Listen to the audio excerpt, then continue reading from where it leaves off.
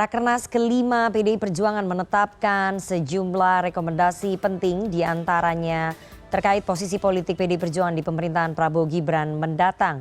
Seluruh kader sepakat menyerahkan keputusan tentang sikap politik baik oposisi maupun koalisi di pemerintahan baru kepada Ketua Umum Megawati Soekarno Putri yang tampaknya ingin menunggu momentum yang tepat. Selain itu PDI Perjuangan juga sempat meminta maaf kepada rakyat Indonesia atas perilaku kadernya yang melanggar konstitusi dan demokrasi. Sore ini kita akan langsung mengulas hasil rekomendasi dan juga pidato politik dari Ketua Umum PDI Perjuangan sekaligus hasil rekomendasi Rakernas 5 PDI Perjuangan dengan Direktur Eksekutif Carta Politika Yunarto Wijaya yang sudah bergabung. Selamat sore Mas Toto. Selamat sore Nana. Mas Toto, ini menarik sekali ya penutupan Rakernas 5 PDI Perjuangan. Ada beberapa rekomendasi dari 17 rekomendasi. Ada beberapa poin yang menarik nih rekomendasi Rakernas PDI Perjuangan menyebut secara gamblang bahwa pemilu 2024 adalah pemilu paling buruk sepanjang sejarah demokrasi Indonesia dan merekomendasikan peninjauan kembali sistem pemilu. Bagaimana kemudian sistem pemilu yang tepat sebetulnya? Apakah perubahan sistem pemilu itu solusi yang tepat untuk menghindari adanya pelanggaran konstitusi dan juga demokrasi, Mas Toto? Iya, sebetulnya kalau kita coba baca rekomendasi yang muncul itu kan hanya cerminan dari pidato yang sudah dikeluarkan oleh Ibu Mega. Jadi kalau kita dengar Ibu Mega berpidato itu menurut saya sudah puncak dari bagaimana kita bisa membaca substansi sikap politik PDI Perjuangan. Terkait dengan masalah TSM, kekecewaan terhadap pemilu, saya pikir ini kan juga hanya sebuah rentetan ya. Bagaimana kritik dari PDI Perjuangan itu sudah dimulai bukan hanya ketika kalah saja dalam konteks Pilpres, tapi ketika ada keputusan MK nomor 90 2023, kritik itu sudah mulai muncul. Dalam arti ini sebuah kesatuan ya, ketika kritik Ibu Mega itu diutarakan dalam pidatonya dan linier dengan apa yang ada di rekomendasi itu kan terkait dengan masalah merosotnya penegakan hukum. Lalu bagaimana negara kekuasaan yang menyindir juga penggunaan aparat hukum Ya. misalnya. Lalu kemudian terkait KKN dan kemudian juga terkait pemilu. Itu kan sebuah satu kesatuan yang kita memang lihat bukan diwacanakan saja oleh PDI Perjuangan, tapi sebagian teman-teman masyarakat civil society melihat bahwa pasca adanya keputusan MK nomor 90, majunya Mas Gibran, ada beberapa hal yang memang bisa dianggap kemudian walaupun sah dan legal, tapi kemudian dalam konteks kode etik, apalagi dalam konteks nilai demokrasi, ini adalah sebuah kemunduran.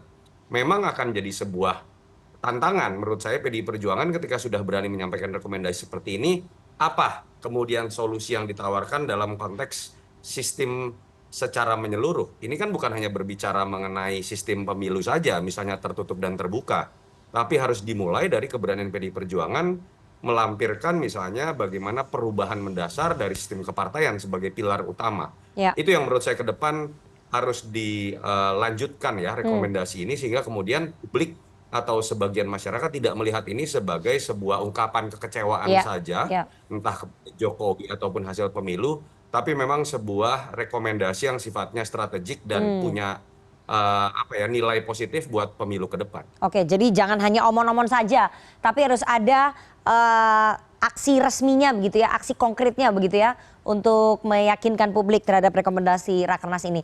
Nah, yang menarik Mas Toto, Rakernas juga merekomendasikan Ketua Umum PDI Perjuangan untuk hanya melakukan kerjasama dan komunikasi politik dengan pihak-pihak yang memiliki komitmen tinggi dalam menjamin pelaksanaan agenda reformasi, penguatan supremasi hukum, dan kualitas demokrasi. Menurut analisa Mas Toto, apakah berarti PDI Perjuangan dalam tanda kutip ya, sedikit menutup pintu komunikasi politik dengan koalisi Indonesia Maju, terutama Partai Gerindra? Saya lebih membaca ini bukan ditujukan kepada Pak Prabowo ataupun Gerindra ya. Kalau kita lihat dari rentetan statement dan kritik keras teman-teman PDI Perjuangan, saya pikir tadi saya sudah singgung sedikit, dimulai dalam proses pemilu ini dari keputusan MK yang kemudian membuka ruang bagi Mas Gibran maju. Bahwa di situ ada subjektivitas, kekecewaan subjektif bahwa Gibran dan Jokowi adalah kader yang dianggap berkhianat, itu pasti ada sisi subjektivitas tersebut. Jadi saya lebih melihat ini lebih ditujukan dalam konteks komunikasi dengan Pak Jokowi. Saya melihat Pak Prabowo bukan subjek utama dalam Oke. kritik-kritik keras terkait dengan masalah tersebut. Jadi kalau mau ditanya secara lebih konkret, buat Pak Prabowo saya pikir masih sangat mungkin Hmm. komunikasi terbuka Hmm. dengan Ibu Mega. Tapi sepertinya lebih kompleks dan lebih sulit untuk berharap dalam waktu dekat ada komunikasi antara Ibu Mega dengan Pak Jokowi ataupun Mas Gibran. Oke, jadi sebetulnya ini sindiran-sindirannya ataupun pernyataannya lebih banyak diarahkan ke Pak Jokowi dan Mas Gibran ya ketimbang ke Pak Prabowo. Nah, Ada dua sisi, oke. Nana, sedikit. Satu, Hmm. dalam konteks pemilu, Hmm. ketika Mas Gibran maju. Ya, Dua, dalam konteks nilai-nilai demokrasi yang dianggap turun dan kritik terhadap itu ke Pak pemerintahan yang Jokowi ya. ada, kan kepala pemerintahannya adalah Pak Jokowi. Oke, tadi juga kita dengarkan bahwa Mbak Puan sempat terharu dan menangis begitu ya ketika mengucapkan terima kasih kepada pemilih PDI Perjuangan. Tapi di sisi lain Mbak Puan juga menyampaikan permintaan maaf kepada rakyat Indonesia sehubungan dengan adanya perilaku kader partainya yang tidak menjunjung tinggi etika politik, tidak berdisiplin dan melakukan pelanggaran konstitusi serta demokrasi. Sekali lagi ini memang ditujukan atas perilaku kadernya yang bernama Joko Widodo dan Gibran Rakabuming Raka, Mas Toto? Ya, begini, kita harus lihat isi dari poin yang dibacakan Mbak Puan dan kemudian membuat Mbak Puan terharu ini. Hmm. Ada dua substansi yang menurut saya mencerminkan sikap dari Mbak Puan dan sikap dari Ibu Mega kalau saya lihat ya. Pada titik kalimat terima kasih kepada kerja keras dan Hmm. pilihan terhadap Ganjar Mahfud dan PDI Perjuangan itu khas Mbak Puan. Ya. Bahwa Mbak Puan ini berusaha merangkul, berusaha mengapresiasi, lentur begitu ya, dan kalimat lanjutannya, tapi kemudian juga meminta maaf terkait dengan adanya kader yang dianggap tidak punya melanggar kode etik dan Hmm. lain-lain tersebut, yang itu diterjemahkan oleh sebagian pihak sebagai Jokowi misalnya atau Mas Gibran, itu menurut saya khas Ibu Mega. Nah kan Hmm. memang rekomendasi juga tidak seutuhnya dibuat oleh Mbak Mbak Puan. Puan Ya, ya. ya. Saya pikir itu sebuah kompilasi dari pemikiran Ibu Mega, mungkin ada masukan Mbak Puan juga, ada masukan dari Mas Nanan dan Mas Hasto dan petinggi PD Perjuangan lain. Tapi kalimat tadi itu memang menunjukkan ada dua kalimat, yang satu representasi Mbak Puan, Satu satu lagi representasi Ibu representasi Mega. Ibu Mega. Tapi kalimat itu permintaan maaf terhadap perilaku kader yang melanggar konstitusi itu cukup keras ya Mas ya? Kalau itu memang ditujukan untuk Pak Jokowi dan Mas Ya, Gibran.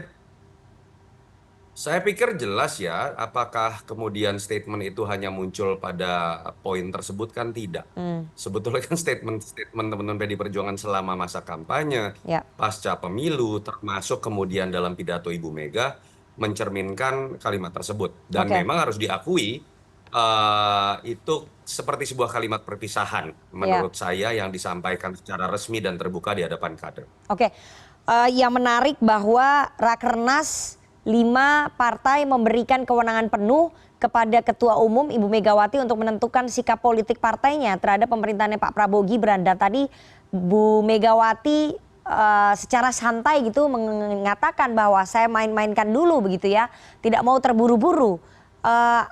Apakah Anda melihat bahwa ini PDI Perjuangan lebih berhati-hati, menunggu momentum sambil melihat situasi politik sebelum memutuskan sikap?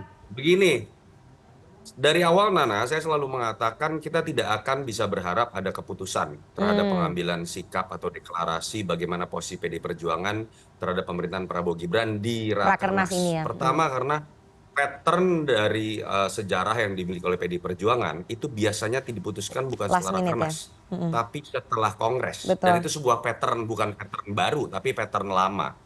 Jadi menurut saya ini memang baru akan diputuskan resmi pada saat nanti Kongres 2025.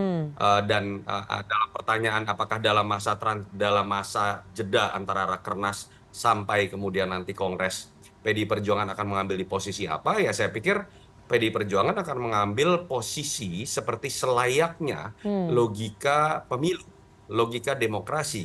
Siapa yang kemudian memang bertarung dan kalah, dia akan mengambil posisi untuk memperkuat fungsi pengawasan. Itu yang juga ditegaskan dalam beberapa poin. Artinya sebelum Kongres menurut saya sesuai dengan posisi PDI Perjuangan yang kalah dalam Pilpres, mereka akan ambil posisi di luar pemerintahan. Tapi kalau pertanyaannya apa selama 5 tahun akan terus seperti itu, poin-poin yang dikemukakan tadi kan ada poin-poin terkait dengan catatan kritis terhadap pemerintahan ke depan dengan Ya. tantangannya. Saya pikir bukan tidak mungkin di situ akan ada dinamisasi yang akan ditentukan juga misalnya dengan keputusan Kongres nanti apakah Ibu Mega kembali Ya, ataukah Mbak Puan. Kita tahu Ibu Mega cenderung ada mengambil posisi di luar pemerintahan, Mbak Puan cenderung lebih lentur dan betul. lebih dinamis. Jadi kalau pertanyaannya sampai Oktober, menurut saya PDI Perjuangan akan di luar pemerintahan, akan tetapi masih sangat terbuka kemungkinan dalam perkembangan ke depan pada saat Kongres, termasuk tergantung dari siapa yang akan memegang jabatan ketum PDI Perjuangan ke depan. Nah, soal memegang jabatan ketua umum tadi juga disampaikan dalam rekomendasi bahwa PDI Perjuangan seluruh kader menyerahkan ataupun meminta kembali Ibu Megawati untuk kembali menjadi ketua umum PDI Perjuangan periode 2025 sampai 2029. Apakah kemudian ini adalah cara kader untuk menjaga PDI Perjuangan tetap satu, tidak terpecah di tengah itu tadi situasi politik yang tidak menentu antara sikap di oposisi atau koalisi, Mas Toto? Ya harus diakui bahwa Ibu Mega faktor terkuat pemersatu soliditas partai ya, termasuk dalam situasi yang tidak mudah seperti sekarang. Dan saya meyakini kalau ditanya di level akar rumput, memang Ibu Mega masih ada di posisi teratas yang diharapkan untuk maju kembali di Kongres nanti. Pertanyaannya kan apakah ada variabel lain yang bisa mengubah keinginan akar rumput tadi? Ada. Menurut saya adalah bagaimana nanti Ibu Mega berpikir mengenai partainya dan mengenai dirinya Regenerasi. sendiri. Ya. Ibu Mega sudah beberapa kali sempat menyinggung saya sudah tua. Kemarin menyinggung saya aja deh tukeran jadi ketua DPR, Ya, Mbak ya. Puan yang jadi ketua umum. Saya pikir itu hal-hal yang bukan tidak mungkin bisa membuat situasi masih menjadi dinamis ya terkait pilihan ketua umum. Jadi bukan permasalahan suara dari akar rumput, Ya. tapi lebih kepada bagaimana Ibu Mega melihat PDI Perjuangan ke depan dan menyadari bahwa dirinya mungkin belum tentu terbaik ada di posisi sekarang, mungkin saja bisa menjadi sosok yang akan ada di belakang, itu yang menurut saya masih dinamis setahun ke depan. Oke, tapi sosoknya Puan Maharani apakah cukup kuat untuk bisa menjadi ketua umum PDI Perjuangan di tengah itu tadi situasi politik yang kurang menguntungkan untuk PDI Perjuangan saat ini?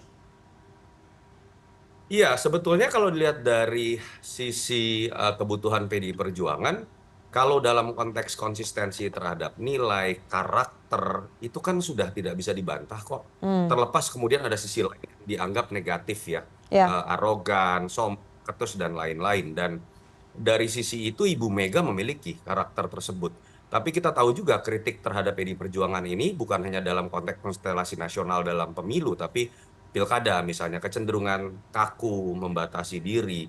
Dan kita tahu Mbak Puan selama beberapa tahun terakhir ini kan memberikan warna. ya. Apalagi sepak terjangnya di DPR itu kan mengharuskan Mbak Puan untuk kemudian lebih lentur lagi karena harus lintas partai. Dalam konteks ini Mbak Puan menurut saya jadi menarik untuk bisa jadi variabel pelengkap. Dengan catatan ya, faktor yang selama ini menjadi karakter PDI Perjuangan itu tidak boleh juga kemudian menjadi luntur karena itu yang membuat PDI Perjuangan dalam segala situasi sulit tetap angkanya paling tidak belasan Baik. persen begitu kan. Itu yang menurut saya sudah dilihat juga kok mungkin oleh sebagian kader bahwa sosok Mbak Puan dan ibunya ini saling melengkapi. Baik. Tinggal bagaimana meramu apakah kedua sosok ini harus berganti posisi menggantikan ibunya atau dalam konteks tetap dalam posisi sekarang. Baik, baik. Kita tunggu nanti bagaimana sikap resmi dari PDI Perjuangan di pemerintahan Prabowo Gibran. Masih ada waktu ya, sampai Oktober masih ada sekitar 5 bulan dan mungkin saja pada Kongres Partai di Januari 2025 sekaligus HUT PDI Perjuangan di situ akan ditentukan bagaimana sikap politik PDI Perjuangan selama 5 tahun ke depan. Terima kasih Direktur Eksekutif Carta Politika Mas Yunarto Terima kasih Wijaya Nana. atas analisanya kepada CNN Indonesia Newsroom sore hari ini. Saya selalu Mas Soto.